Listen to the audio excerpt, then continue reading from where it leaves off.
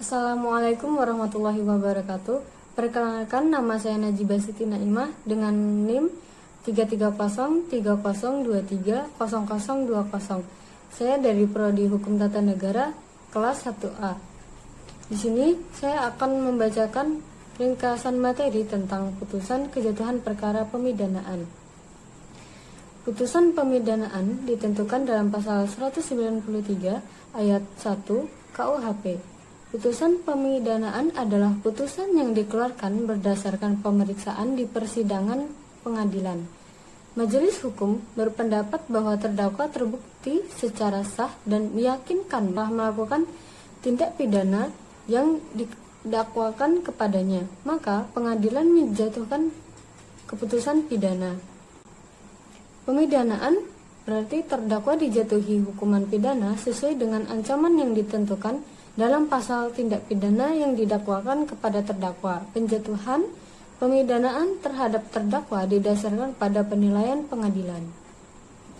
Selanjutnya ada contoh kasus, yaitu bila seorang individu misalnya ditangkap oleh kepolisian karena perilaku mencurigakan.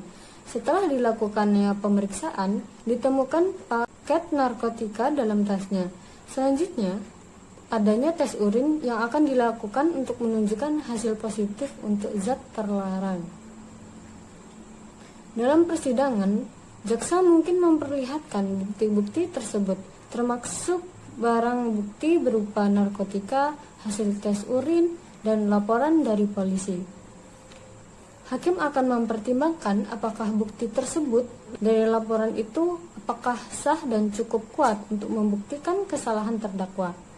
Faktor lain yang mungkin dipertimbangkan adalah sejarah kriminal terdakwa, niat penggunaan narkotika tersebut, dan apakah terdakwa merupakan pengedar atau hanya pengguna pribadi. Berdasarkan pertimbangan ini, hakim akan memberikan putusan yang sesuai dengan hukum yang berlaku, termasuk hukuman pidana yang mungkin melibatkan penjara, denda, atau adanya rehabilitasi. Seseorang individu terbukti bersalah dalam kasus narkoba. Konsekuensinya dapat mencakup berbagai hukuman sesuai dengan hukum yang berlaku di suatu negara.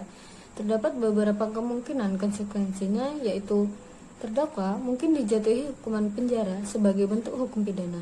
Yang kedua, dalam mungkin beberapa kasus terdakwa dapat diarahkan untuk menjalani program rehabilitasi atau pemulihan sebagai bagian dari hukuman mereka.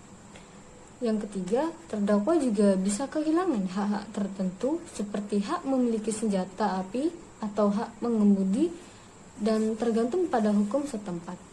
Yang keempat, pidana narkoba dapat menciptakan catatan kriminal yang dapat mempengaruhi masa depan terdakwa, termasuk kesempatan pekerjaan dan perjalanan internasional. Terakhir, hakim dapat memutuskan untuk memberikan denda sebagai hukuman tambahan selain atau bersamaan dengan penjara. Untuk poin yang terakhir, penting untuk dicatat bahwa konsekuensi hukum dapat bervariasi, tergantung pada yurisdiksi dan kebijakan hukum yang berlaku di suatu negara atau wilayah. Sekian dari saya, itu materi yang dapat saya sampaikan. Terima kasih. Wassalamualaikum warahmatullahi wabarakatuh.